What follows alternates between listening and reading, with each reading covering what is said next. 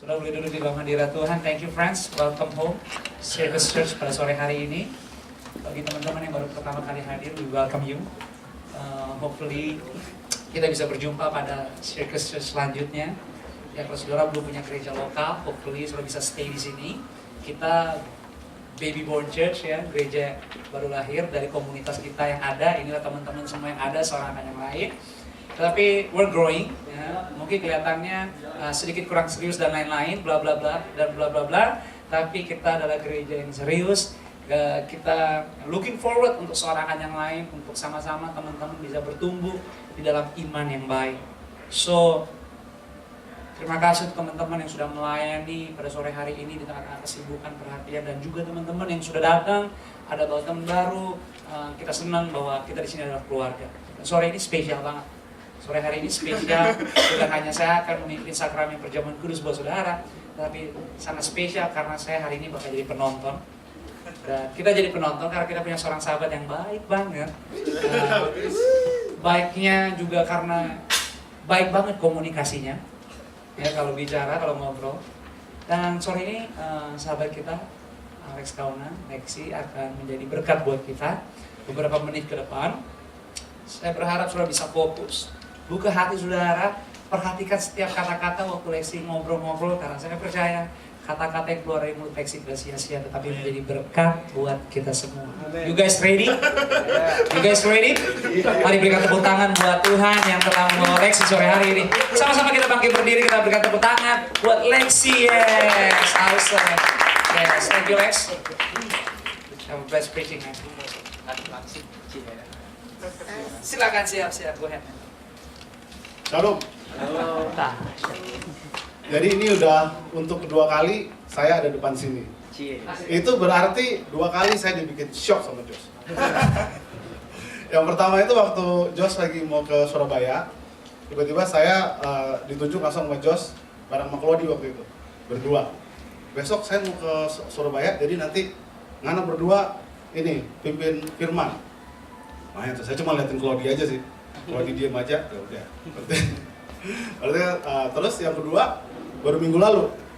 Jadi itu Jos saya khotbah tentang tujuan ya Jos, masalah Jos ya. Yes. Ya, tujuan. Jadi punya hidup harus ada tujuan. Ya. Nah pas terakhir dari khotbahnya, tiba-tiba Jos bilang minggu depan kita ada sakramen perjamuan. Nanti sebelumnya si Lexi bawa firman. Buset. Terus kan abis itu udah selesai, didoain juga. Pas sudah terakhir, didoain lagi sama Jos supaya untuk minggu ini. Jadilah saya ada di sini sekarang. Yes. Jadi selama 4 jam ke depan,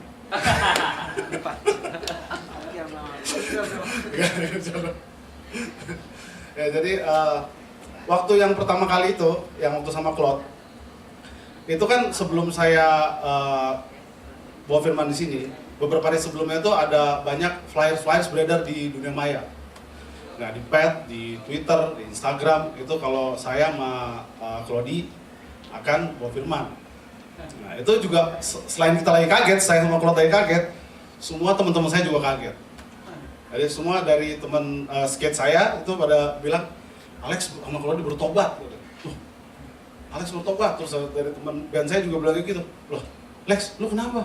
Mau jadi pendeta? Mau ngomongin apa emang? Mau ngomongin alien gitu. Lu bertobat gitu ya. Belum lagi ini, saudara-saudara juga sempat nanya, kenapa nih bisa naik ke sini nih? Kenapa bisa sekarang tiba-tiba aktif di gereja gitu? Bertobat ya lu. Bertobat. Jadi pas minggu lalu, pas habis khotbah itu Jos, saya sama Claude sama Andre itu makan dulu di bawah di Good Diner. Nah, terus kalau dia tanya ke saya, sebenarnya kita itu udah bertobat belum ya? Terus saya jadi bingung. Terus saya tanya lagi balik ke Claude, bertobat itu apa sih Claude? Jadi pembahasan kita pada sore itu, ada yang bilang bertobat itu berbalik dari dosa. Terus ada minta ampun, mengakui akan dosa-dosa kita. Gitu. Cuman apa itu kan kata Claudi, setiap hari kan berdoanya memang begitu. Setiap berdoa pasti minta ampun. Bahkan di doa standar orang Kristen itu Bapa kami aja juga ada itu, ampunlah akan kesalahan kami. berarti setiap hari minta ampun, berarti setiap hari bertobat dong. Kata Claudia. Terus saya pikir, ya juga sih, tapi besokannya nggak melakukan itu lagi, nggak jadi bertobat gitu. Jadi saya juga bingung pada waktu itu kan, berarti bertobat itu sebenarnya apa ya gitu. Jadi kan kayak waktu saya kuliah dulu, itu kan biasanya kalau lagi weekend, biasanya teman-teman pada kumpul terus pada jalan ke klub atau kafe gitu kan. Terus mulai minum, ngobrol-ngobrol, 1 gelas ketawa-tawa, 2 gelas mulai budem gitu kan. Terus 3 gelas udah mulai melihat double, tapi masih berperilaku single gitu. Emang single gitu. Terus pas sudah sampai berapa kelas akhirnya mulai ada yang tumbang gitu kan. Terus mulai tuh kita bingung, wah ini gimana nih, semua udah pusing gitu kan. Akhirnya ini pulangnya gimana nih dia ntar. Nanti kita anterin sampai di rumah nih temen saya. Terus pas besok paginya mulai tuh kan kondean 2 ton di kepala. Gak bisa ini kan, pusing. Langsung keluarnya dikatakan, aduh gue gak mau lagi deh kayak gini, gue tobat gitu kan. Kata-kata tobat keluar lagi gitu. Udah deh, nggak lagi deh. Terus pas beberapa hari kemudian nggak lagi deh gitu-gitu, baru cium baunya aja udah ogah gitu. Tapi kasih waktu seminggu langsung ajak lagi gitu. Lagi yuk gitu. Malah sekarang berstrategi, jadi ini malam ini gue mau minum banyak, lo yang jagain ntar anterin pulang gitu. Jadi bingung, jadi saya juga ini bertobat apa semudah itu. Jadi kayak bertobat itu cuma kayak janji-janji aja gitu kan. Jadi sebenarnya apa juga nih bertobat? Kayak waktu ini juga teman saya dulu waktu saya main skate dulu beberapa tahun lalu, itu kan biasanya kita habis main itu mau pergi makan, habis capek malam-malam itu mau pergi makan di biasanya tempat roti bakar favorit kita, Raben Keket tau mas? Mana? Di daerah Palmapolin. Jadi pas lagi jalan sana kita 2 mobil, satu teman saya tuh bawa twin cam hitam, satu lagi kijang biru. Jadi emang teman saya ini kalau naik mobil emang ugal-ugalan, parah, suka kebut-kebutan gitu. Jadi pas kita lagi jalan ke arah Palmapolin, tiba-tiba ada 1 mobil lagi kijang biru juga ikut partisipasi, kebut-kebutan sama kita gitu. Terus akhirnya teman saya di twin cam panas, wah siapa nih? Akhirnya benar, kita 3 mobil jadi dia kejaran. Sampai akhirnya kijang biru ini hampir nyenggol twin cam teman saya. Terus teman saya marah, wah kejar. Lihat twin cam ini kejar, mobil kijang biru di belakang teman saya juga ikut. Sampai akhirnya dapat kejar-kejaran, dapat minggir tuh mobil. Tanpa basa-basi, teman saya di twin cam langsung turun, menghampirin mobil kijang biru itu, langsung tendang pintunya. Dah, turun lo. Pas bawa pintu, salah mobil teman saya kijang biru juga. Wah, lu kok ada mobil gue? Lewat lagi katanya, wah gila gimana nih gitu kan. Salah mobilnya yang itu katanya, emang sama-sama kijang biru kayak gitu katanya. Wah. Terus, wah sorry. Terus akhirnya teman saya di twin cam satu lagi keluar. Dia cabut ikat pinggangnya, yang bakal gitu, ada besinya gitu kan. Dia keluar, oh yang ini mobilnya. Dia putar begini kan. Itu udah kayak David melawan Goliat tuh. Udah putar begitu, pas mau mukul kan dia ancang-ancang dulu ke belakang pasti kan. Pas ancang-ancang, perang, kena kaca mobil twin cam. Jadi twin camnya pecah kacanya. Jadi twin cam pecah, yang kijang yang biru depan, pintunya peot. Jadi ini aneh banget. Jadi kita ngejar orangnya dapat, yang rusak mobil kita. Gitu. Ini benar-benar aneh. Terus akhirnya teman saya satu lagi keluar dengan belakang pegang beceng, padahal handphone di dalam. Ketok-ketok kaca, buka, ada. Pas buka kaca, ternyata di dalam itu ada 2 orang, cewek cowok. Dan ternyata mereka suami istri. Jadi mereka itu ngebut, bukan mau ikut kebut-kebutan sama kita. Ternyata dia mau antar istrinya ke rumah sakit yang mau melahirkan. Wah, jadi akhirnya kita kaget. Udah silakan Pak, jalan Pak. Malam itu 2 mobil itu bertobat semuanya. Enggak lagi deh kayak gini gitu. Enggak nih. Udah deh. Tapi begitu kaca twin cam diganti, udah benar, minggu depan kebut-kebutan lagi seperti biasa, ya itu. Jadi yang kita mau lihat kalau di Alkitab itu bertobat itu sebenarnya kayak gimana gitu. Kita lihat di Kisah Para Rasul, bentar. 26 ayat 20. khotbah beneran.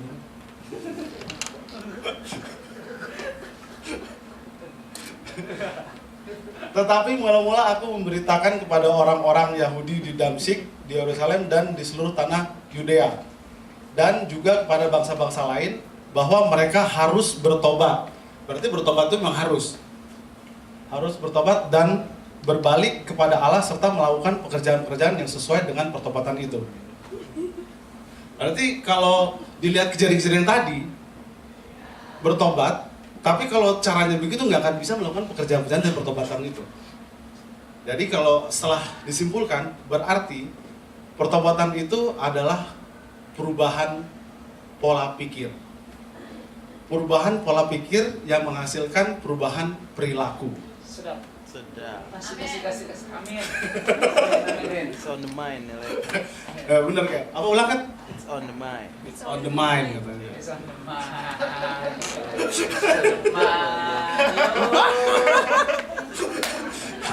Jadi itu sebuah perubahan pola pikir.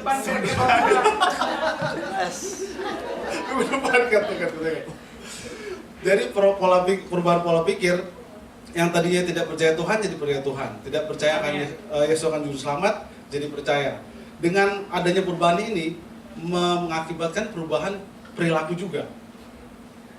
Jadi yang katanya kayak berbalik dari dosa, minta ampun dan yang lain-lain itu adalah dampak dari perubahan perilaku. Sedangkan pertobatan itu perubahan pola pikir. Gimana Jos? Amin. Gitu. Jadi sebenarnya ini saya pas Rabu kemarin pengen mau ngobrol dulu pas di Komsel tentang ini apa pertobatan itu, karena kan saya juga masih bingung gitu kan. Ini saya cari-cari sendiri dibantu Andre dan Claude gitu. Jadi pada hari Rabu itu kita ngejadi ke Komsel. Jadi pas hari sore-sore saya dapat message dari teman saya namanya Raben. Dia bilang, Lex, ini ada tiket Graffiti 2, yuk nonton. Graffiti itu film Sandra Bullock yang baru. Gue nggak diajak gue. Kalau Sandra Bullock sama siapa yang mana tuh lagi? George Clooney. Nah jadi minggu lalu itu primer buat media. Jadi film itu baru bisa ditonton 21 minggu ini. Jadi kemarin ada media, Raben katanya ada tiket 2, temenin. Di mana Ben? Di Gandaria, di IMAX. Wah, saya juga belum pernah tuh nonton di IMAX. Pengen tahu juga gitu. Filmnya Graffiti lagi, Sandra Bullock, bagus. Akhirnya, oke Ben, jam berapa? Jam 7. Oke. Akhirnya saya ke Gandaria, lewat ke Tirta. Nggak gitu. Sampai Gandaria ketemu Raben setengah 7. Habis itu Raben pas sudah mau jam 7, ayo kita langsung naik ke atas kata Raben. Oke. Pas sampai di atas, si Raben ketemu orang IO-nya itu. Ternyata tiketnya cuma 1. Mampus lo sih. I told you, man. Oh, cuma 1. Oh, gimana Ben? Raben megang gini. Ya udah deh, dibalikin aja deh. Ya udah, akhirnya dibalikin tiketnya. Terus kita ngapain? Akhirnya kita udah di 21, akhirnya kita nonton di 21 yang di XXI yang biasa, film apa? Insidious Chapter 2. Udah nonton belum? Berduaan. Oh enggak, ada 2 lagi teman kita datang, enggak berdua. Jadi kan itu filmnya kalau salah Insidious waktu itu 2155. Jadi jeda dari jam 7 21.55 kan lama tuh, 3 jam. Jadi kita makan di Eat and Eat ya, makan di situ. Dan saya bahas ini, tadi mau bahas Jos, bahas sama Raben. Jadi kita Komsel juga waktu itu Jos. Walaupun nggak cerita saya tetap kita Komsel. Bisa ya. Jadi kan, waktu itu saya bilang, jadi pertama itu perubahan pola pikir, saya ngobrol sama Raben. Itu menghasilkan perubahan perilaku. Raben nggak ngerti. Maksudnya gimana tuh Lex? Terus saya jelasin supaya Raben ngerti. Jadi gini Ben, lo kan dulu sebelum jadi rapper. Jadi yang belum tahu Raben ini rapper. Asik. Raben rap beneran. Ya, Ben. terus ya kan pas dia belum jadi rapper masih anak-anak bocah gitu, dia melihat abangnya. Oh ya, abangnya ini si Igor Sekoji yang online itu. Ya, terus Cie. akhirnya pas dia ngeliat abangnya, dia pengen jadi rapper. Pola pikirnya pun berubah, pengen jadi rapper. Akhirnya perubahan perilaku mulai. Topinya miring, celana gombrong, melorot-melorot dikit, gitu kan. Udah, yo, jalannya juga berubah. Udah R&B, rusuh dan bungkuk.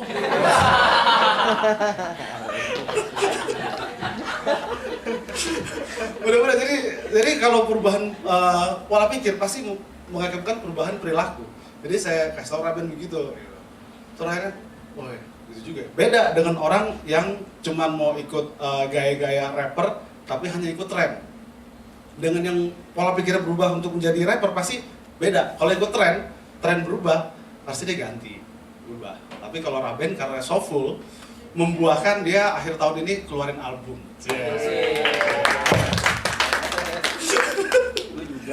Dengan grupnya namanya Rumit.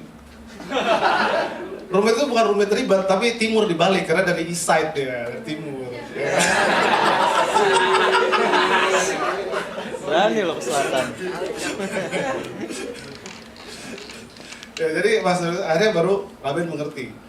Jadi setelah yang saya pikir-pikir baru benar-benar terjawab gitu. Ternyata pertobatan itu benar-benar perubahan pola pikir agar perilaku kita mengakibatkan perilaku kita akan berubah gitu.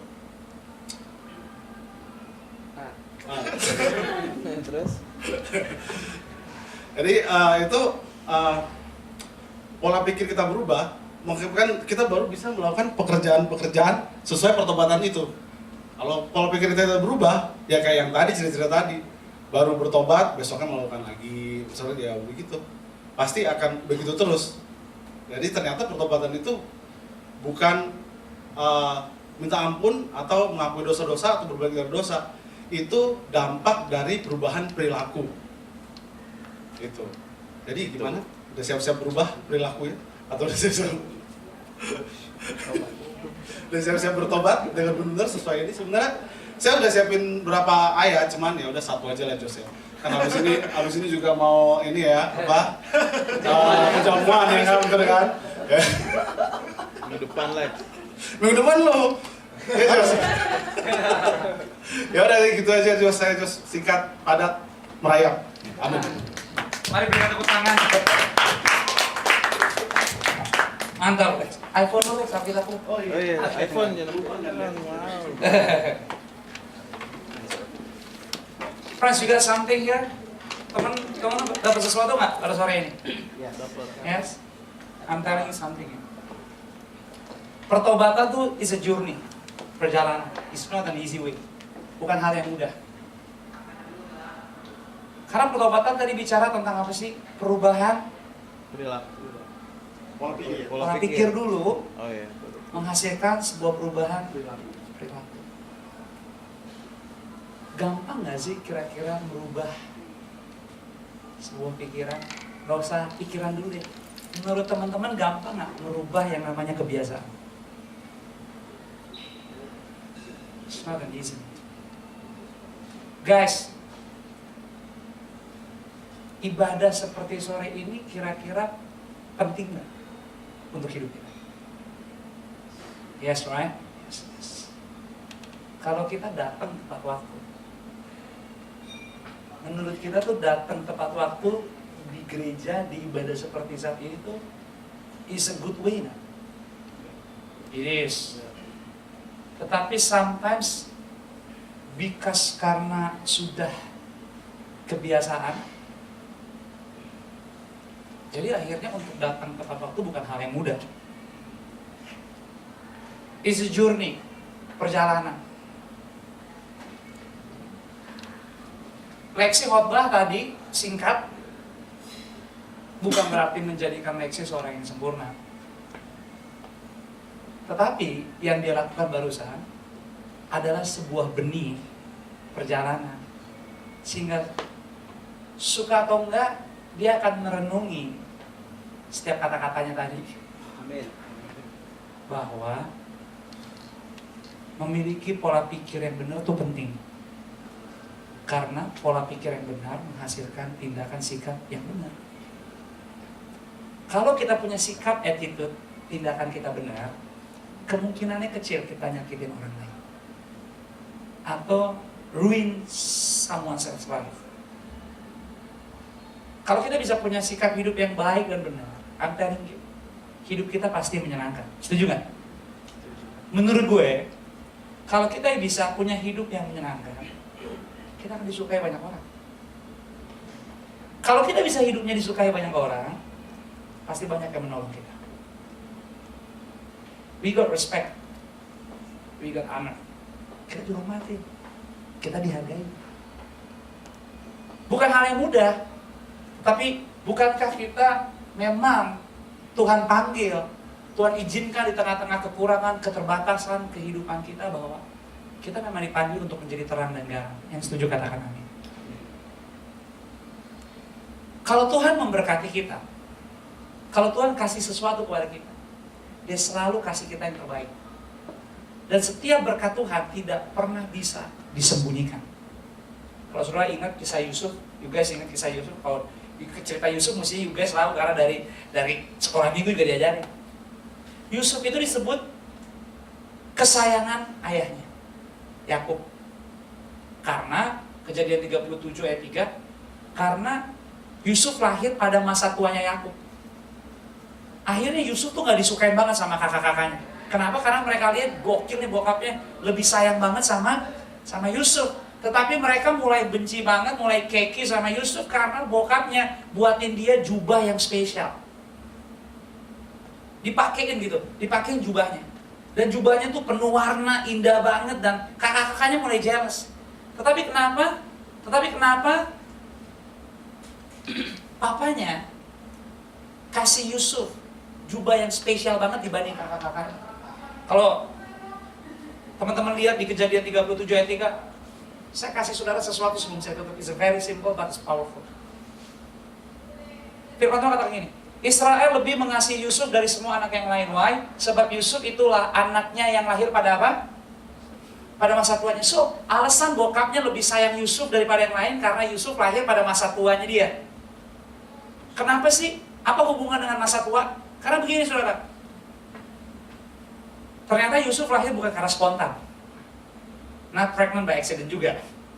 Tetapi karena Yakub, bokapnya Yusuf, udah melewati perjalanan yang panjang. Dia udah lewati masa muda dia melewati pernikahan dia udah pernah punya anak sebelum Yusuf. Banyak hal yang dia udah pikirkan, somehow dalam perjalanan yang kita percaya bahwa seharusnya yang baik adalah semakin kita bertambah umur, kita semakin wise. Setuju nggak? Bisa gak katakan pada kiri kanan? Kalau lu makin tua, mesti makin lebih bijaksana. It is, man, I'm telling you. This is so true. Right? I'm telling you good news.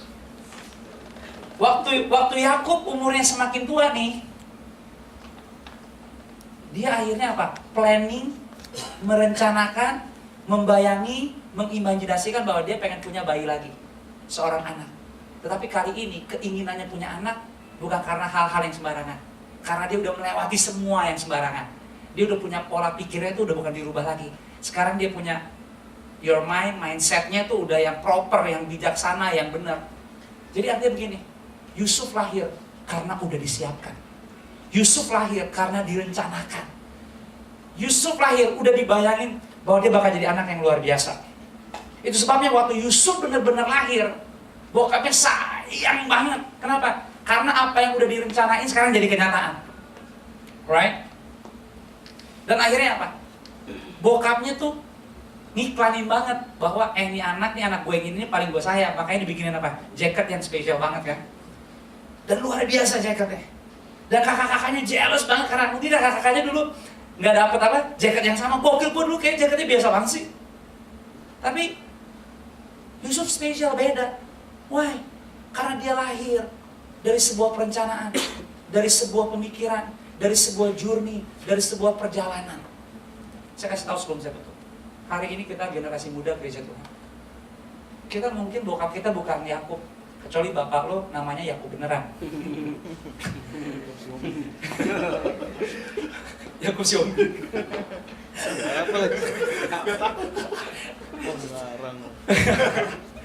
Tapi I'm telling you, hari ini kita menyembah yang namanya Yesus. Dan kita memanggil dia bukan hanya Yesus, tapi dia juga Bapa kita. Karena melalui pengorbanan di atas kayu salib, melalui tubuh dan darahnya sebentar kita peringati. Dia nggak memanggil kita lagi hamba, tetapi dia memanggil kita anak. Jadi kalau hari ini kita boleh hidup 6 Oktober 2013, I don't know. Saya nggak tahu masalah pergumulan hidup saudara seperti apa. But I'm telling you one thing. Hari ini ada. 6 Oktober, Circus Church hari ini ada. You guys, teman-teman yang baru pertama kali hadir hari ini di tempat ini, I'm telling you. Kita semua bisa ada hari ini. Karena dari hari-hari kemarin. Entahkah kita hidupnya good or bad, whatever is that. Tapi Tuhan sangat jelas punya perencanaan. Dia mengimajinasikan, dia punya impian yang sempurna banget tentang saudara dan saya. Sebabnya kita bisa hidup hari ini. Semua karena anugerahnya. My message is, whatever happened, apa yang sedang terjadi hari ini di hidup kita, don't give up. Jangan fokus hanya dengan apa? Cara berpikir kita sendiri. Jangan hanya percaya dengan apa yang kita bisa lihat sebatas mata jasmani kita. Jangan terlalu cepat bereaksi, akhirnya kita jadi punya apa? Tindakan yang negatif, tindakan yang salah. Kita hanya mendengar berita yang kita dengar melalui telinga jasmani kita. So hidup kita mulai nggak stabil, hidup kita mulai nggak fokus, kita mulai nggak bisa konsen. Tapi sore ini listen, belajar untuk percaya dan memperhatikan. Hidup kita bukan hanya tentang kita. Apa yang kita pikirkan hari ini bukan hanya tentang apa yang sedang kita pikirkan sekarang. Perasaan kita bukan hanya tentang apa yang ada di hati kita sekarang. Tapi percaya bahwa hidup kita ada di dalam kendali Tuhan. Kalau bukan karena Tuhan, sore ini kita nggak ada, bro and sisters. Tuhan nggak minta yang lain-lain. Tuhan cuma minta sederhana kayak tadi. Apa sih bertobat? Bertobat sederhana. Tadi Lexi bilang, memiliki cara berpikir yang benar.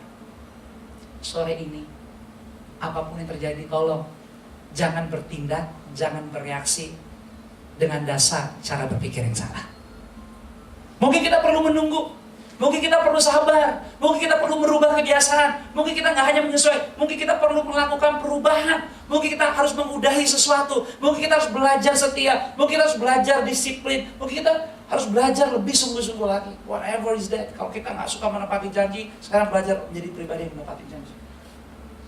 Kalau kita merasa kita kurang serius dengan pekerjaan, tanggung jawab kita terlalu easy untuk lepas tanggung jawab, kita terlalu easy untuk komplain, kita terlalu easy untuk lempar tanggung jawab ke orang lain. But now, belajar untuk apa? Bukan hanya bertindak menurut cara berpikir kita, tapi bertindaklah menurut cara berpikir sebagaimana Yesus punya rencana yang hebat di hidup kita. Ada amin? So kalau hari ini saudara mendengar firman Tuhan, saya tutup dengan firman Tuhan Roma 12 ayat yang kedua. Firman Tuhan berbunyi demikian, Roma 12 ayat yang kedua. Kalau saudara bisa dapat, ikut membaca, please sama-sama kita baca pada hitungan yang ketiga, 2, 3. Janganlah apa? Kamu menjadi serupa dengan dunia ini, tetapi berubahlah oleh apa? Pembaharuan budimu, sehingga kamu dapat membedakan manakah kehendak Allah, apa yang baik, yang berkenan kepada Allah, dan apa? Dan yang sempurna. So hari ini, sore ini, kita menerima berkat luar biasa dari Lexi. Apa sih bertobat? Loh. Apa sih bertobat, ya kan? Miliki cara berpikir yang benar. How? Berubahlah oleh pembaharuan budi kita. Supaya mulai sekarang ada banyak hari di bulan ini, Oktober, yang kita belum tahu what's gonna happen. Ada cita-cita, ada tujuan hidup kita, ada goal kita, ada yang sedang kita kerjakan. Mungkin hari ini kita sedang sedih, kita sedang khawatir, ada ketakutan, tapi perhatikan, hidup kita tidak sepenuhnya tentang kita. It's all about Christ in us. Ini sepenuhnya tentang Kristus di hidup kita. So jangan lupa, kalau saudara lagi senang, boleh senang, tapi jangan lupakan kesenangan saudara bahwa ada Tuhan hidup saudara. Amin. Kalau saudara lagi khawatir, come on, don't give up. Jangan tolak hari ini. Jangan tolak opportunity. Jangan tolak kesempatan. Jangan tolak persahabatan. Jangan tolak yang baik yang sudah bisa lakukan. Just try it. Sometimes fail. Siapa sih yang gak pernah gagal? Tapi better kita gagal di dalam Tuhan daripada gagal di luar Tuhan. Just coba aja, ambil resiko. Pilih yang benar. Pilih yang berkenan. Dan akhirnya saudara akan berkata bahwa, man, our life is good. Dunia nggak semakin lebih baik, membingungkan, menakutkan. But come on, kita di sini adalah satu keluarga. We are family. Kita datang untuk saling menguatkan, menopang, support each other. Dan kita percaya, sore ini Tuhan ingatkan. Apapun yang terjadi di bulan Oktober, tetap percaya, tetap yakin bahwa Roh Kudus, apa sih Roh Kudus? Kasih kuasa firman Tuhan yang tadi kita dengar, mengingatkan kita pada sore hari ini.